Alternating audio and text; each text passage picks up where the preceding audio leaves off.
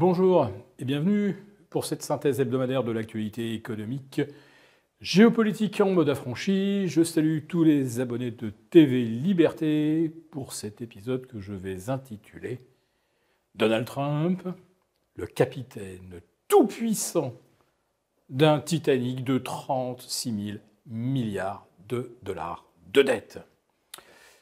Le cap des 36 000 milliards de dettes a donc été franchi jeudi dernier, au moment où la Fed prenait la parole pour réduire les taux, comme elle s'y était engagée depuis le sommet de Jackson Hole de la fin du mois d'août, mais une détente de taux qui survient alors que les marchés partent complètement à l'envers de ce que tout le monde anticipait encore à la mi-septembre.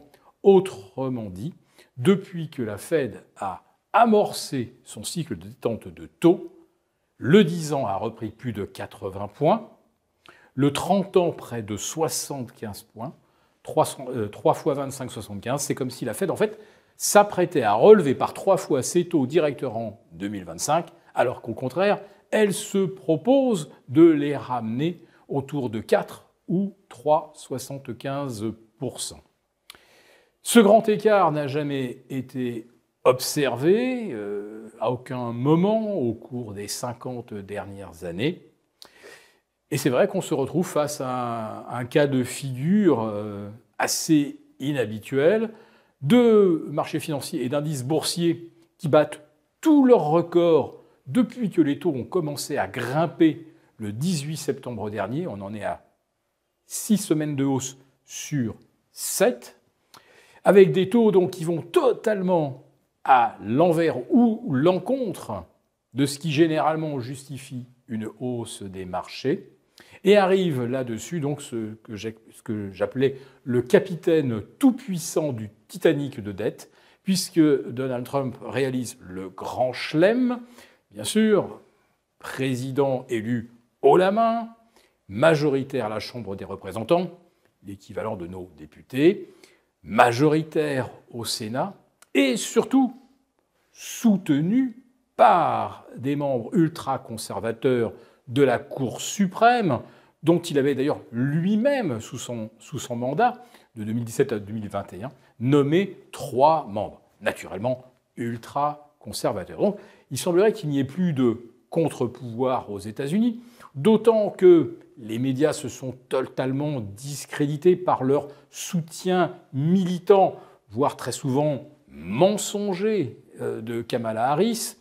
Alors, dans les plus gros mensonges, bien sûr, il y a toujours celui d'octobre-novembre 2020, qui faisait passer le laptop de Hunter Biden pour une machination des Russes, alors qu'évidemment, c'était une information cruciale et qui avait complètement faussé le résultat des élections. Tous les médias qui ont relayé ce mensonge officiel ont effectivement du souci à se faire. De toute façon, même s'ils ne craignaient pas d'être traînés en justice demain, ce qu'ils doivent affronter depuis déjà plusieurs années, c'est un effondrement de leur audience. Vous prenez par exemple CNN, qui avait 13 millions de spectateurs quotidiens, qui n'en aurait plus que 800 000 aujourd'hui, avec l'effondrement des recettes publicitaires qui vont avec, lorsqu'on ne s'adresse plus qu'à 800 000 personnes au lieu de 13 millions. Donc, tout le modèle médiatique est à réinventer aux États-Unis, et c'est de sa faute, il s'est complètement discrédité, mais ce ne sera donc pas le 4e pouvoir, cette fois-ci, qui fera de l'ombre à Donald Trump, contrairement à 2017-2021, où les médias étaient encore assez puissants. Donc, on peut légitimement s'interroger ou s'inquiéter du fait que, à la barre du Titanic, Trump ait effectivement tous les pouvoirs. Il essaiera peut-être toutes les manœuvres, louvoyer, mettre le bateau en marche arrière.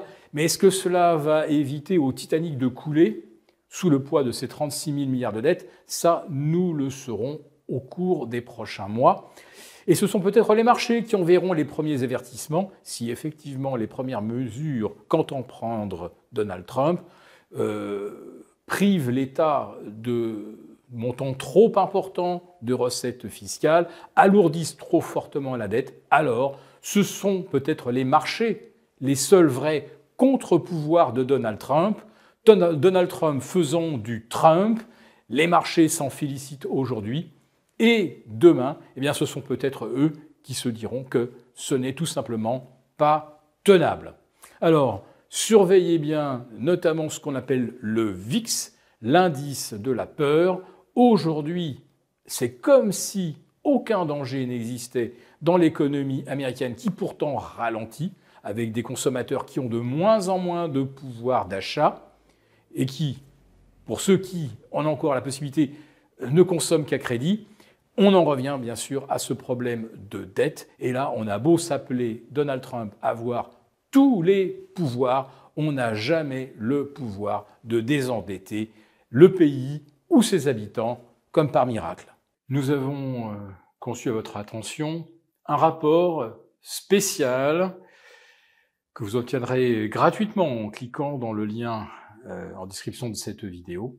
Un rapport spécial qui analyse toutes les conséquences économiques, financières et patrimoniales.